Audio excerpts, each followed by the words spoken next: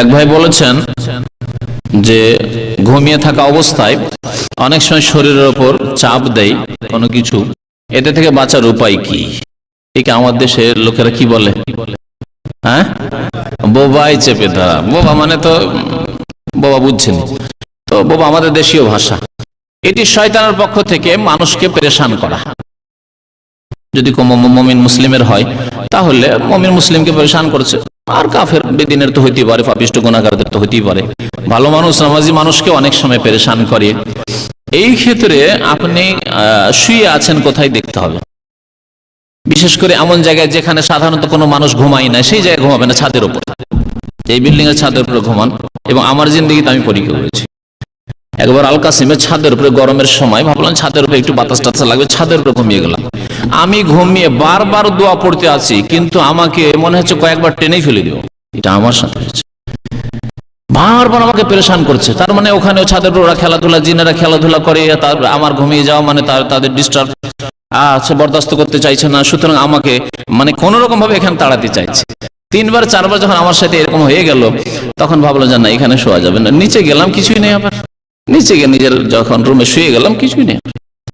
তো আপনি ঘুমাবার ক্ষেত্রে খেয়াল রাখবেন যে আপনি ঘুমাচ্ছেন কোন জায়গায়। বিশেষ করে যারা ঘরে পাপ করছেন, ঘরে ফিল্ম নোংরা ছবি দেখছেন আর ওখানে ঘুমাইছেন, তো এই স্বাভাবিক হওয়া। কারণ পাপের জায়গায় শয়তান থাকে, নাপাকি জায়গায়, পাপের জায়গায় শয়তান থাকে।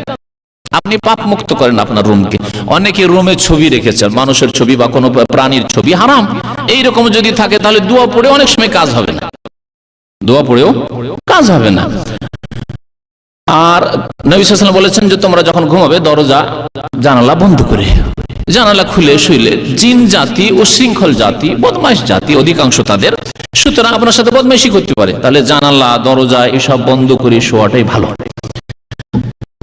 তারপরে যেসব সুন্নতি জিকির আজকার মানে দোয়া রয়েছে ঘুমাবার পূর্বে, সেগুলি পড়বেন। তার মধ্যে একটি হচ্ছে আয়াতুল কুরসি, সহিহ বুখারী শরীফ হাদিস। আর আয়াতুল কুরসি মাশাআল্লাহ আমাদের দেশের মানুষের আমল আছে, কি সুন্নতি কি বিদআতি মানুষ সবার আমল আছে। সহিহ বুখারী শরীফ হাদিস যে কোন মানুষ যদি বিছানায় যাওয়ার সময়, আবু হুরায়রা রাদিয়াল্লাহু তাআলা আনহুকে আবার জিনে শিখিয়েছে, এটা জিনের তালিম আর সাব্যস্ত রেখেছে নবী করিম সাল্লাল্লাহু আলাইহি ওয়াসাল্লাম। না হলে জিনের তালিম হাদিস হইতো না। নবী করিম সাল্লাল্লাহু আলাইহি ওয়াসাল্লাম বলেছেন সাদাকাকে, জিন তোমাকে কথা ঠিকই বলেছে, সত্য বলেছে, ওয়া হুয়া কাযুবুন, কিন্তু জিন হচ্ছে মহামিথ্যু, এরা বেশি মিথ্যা কথা বলে। তবে এই কথাটি খুব সত্য বলেছে, কি যে যদি আয়াতুল কুরসি পাঠ করে তুমি ঘুমাও, এই যে আওয়াইতা ইলা ফিরাশে ফাকরা আয়াতুল কুরসি, বিছানায় আসলে এখন আয়াতুল কুরসি পড়ে তুমি ঘুমিয়ে যাও ডান দিকে কাত হয়ে, তাহলে লাম ইয়াজাল আলাইকা মিনাল্লাহি হাফিজুন ওয়ালা ইয়াকরুবুকা শাইতান, সর্বদা আল্লাহর পক্ষ থেকে তোমার হেফাজতকারী ফেরেশতা নিযুক্ত থাকে। ফেরেশতা পাহারা দিবে, শয়তান জিন বদমাইশি করার জন্য আসবে, মারবে তাদেরকে। বদমাইশ এই আয়াতুল কুরসি পড়েছে, এই আমার মুমিন বান্দা, সুতরাং এর হেফাজতে এই ফেরেশতা নিযুক্ত, ফেরেশতা মার দিবে।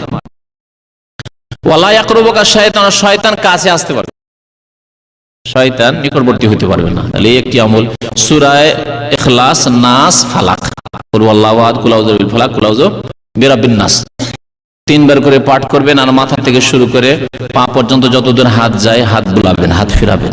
আশা করি শয়তান আপনার ক্ষতি করতে পারবেন না। আল্লাহ ইসমে কামত আহিয়া অভ্যাস করে নেবেন, এই দোয়া পড়ে শুরবেন।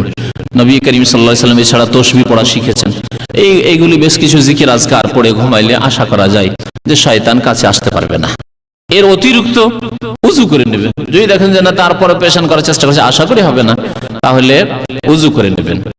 আর যদি ঘুমের অবস্থায় এরকম পেরেশান করে, তো ওই সময় একটি দোয়া আছে, দোয়া পড়েন। দোয়া পড়ার পরে বাম দিকে থুথু ফেলবেন, ডান দিকে কাঁথি শুয়ে যাবেন।